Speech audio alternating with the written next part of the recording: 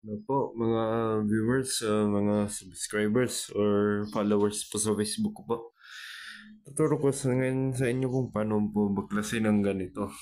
Kahit hindi natin baklasin yung motor kasi okay pa naman. Pero paano lilinisin itong klase ng electric fan? So, sa una is magkikita natin ng mga clip na yan. Yan mismo ang naglalak doon sa grill niya para hindi po matanggal. So, gawin lang natin. Hilahin natin ng ganyan. Dahan-dahan lang. So, papakita ko sa inyo paano tanggalin po. So, ito. Yan po.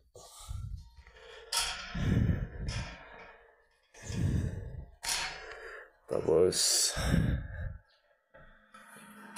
dahan-dahan lang po para hindi tayo ma-aksidente. So, yan na tanggal na natin. So, ibaba muna natin. Tapos, ngayon, tuturo ko sa inyo kung paano tanggalin naman itong LC.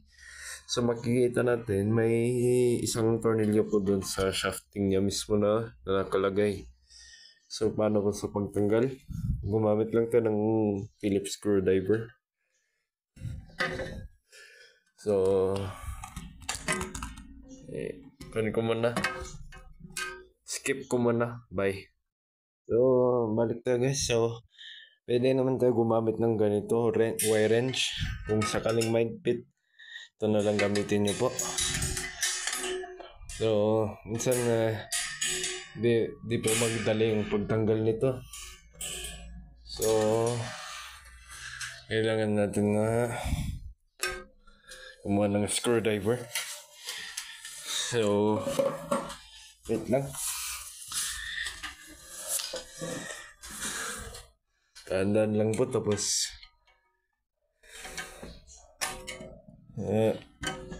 wala po kasi ako naghahawak ng camera. So, makikita natin. Tandaan lang. So, ito na. Tanggal na po yan. So, kikita natin kadumi na yung LC nito. Pansin natin yung mga yan. Oh. Sa 4 na buwan na kagamit nito eh. So, lagay muna natin dito. Tapos, ang pangatlo naman is ito, counterclock. May nakalagay kasi na loose tsaka tight. So, ikot natin ng counterclockwise para tanggal natin. Yan. Tapos, kapag ilalagay, right clockwise naman natin to. Basta meron nakalagay dito na tight tsaka loose. Dahan-dahan lang.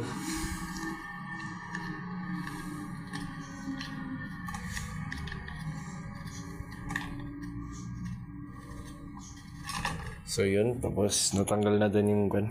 So yan. Balik tayo sa susunod ulit. Few moments later. So, mayroon tayo kan. Balik tayo ulit dito sa video ko. So, tuturo ko sa inyo ulit paano i-reinstall yung grill nito. So, madali lang po. So, makikita natin na may kwan doon. May tatlong parang para dito sa butas niya mismo para perfect align po. So, yan na ilagay natin. Makikita natin. Yan po. Tapos, wala po ako kasi tagahawak sa camera po. Kaya, ko na lang sarili ko nag-video po. So, mahirap kasi ilagay ito. So, yun. Nailagay na natin. Tapos, sunod na gawin is ilagay itong guard nut niya. So, medyo mahirap minsan na ilagay.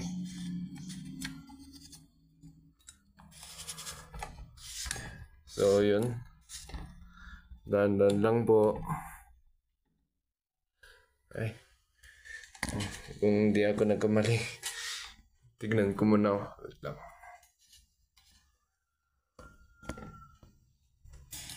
So yun, ay ilagay natin.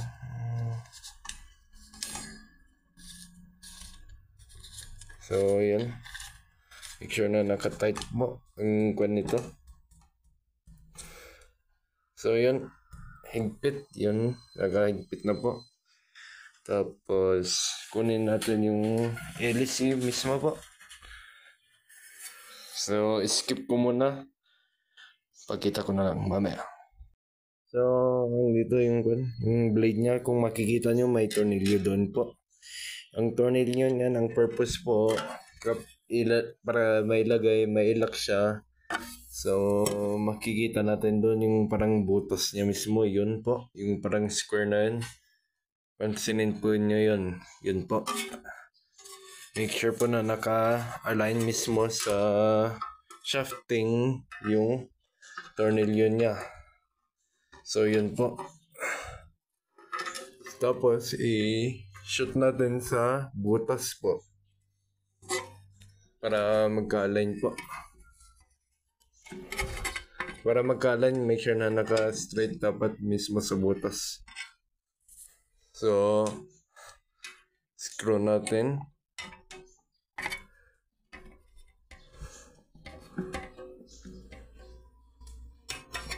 Para sigurado hindi lilipad po yan, kailangan natin ng wrench po. Wait lang.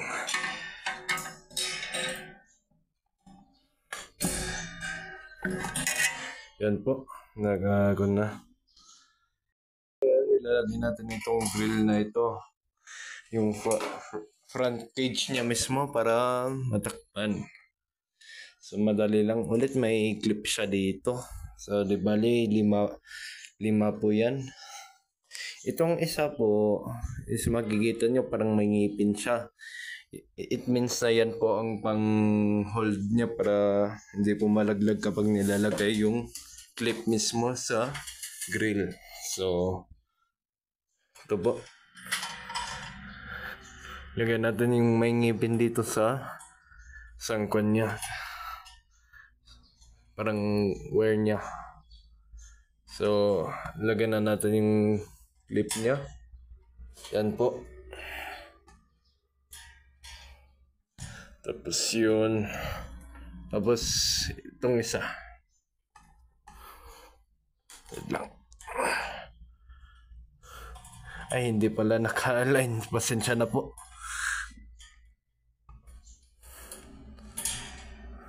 So, dapat ilagay natin.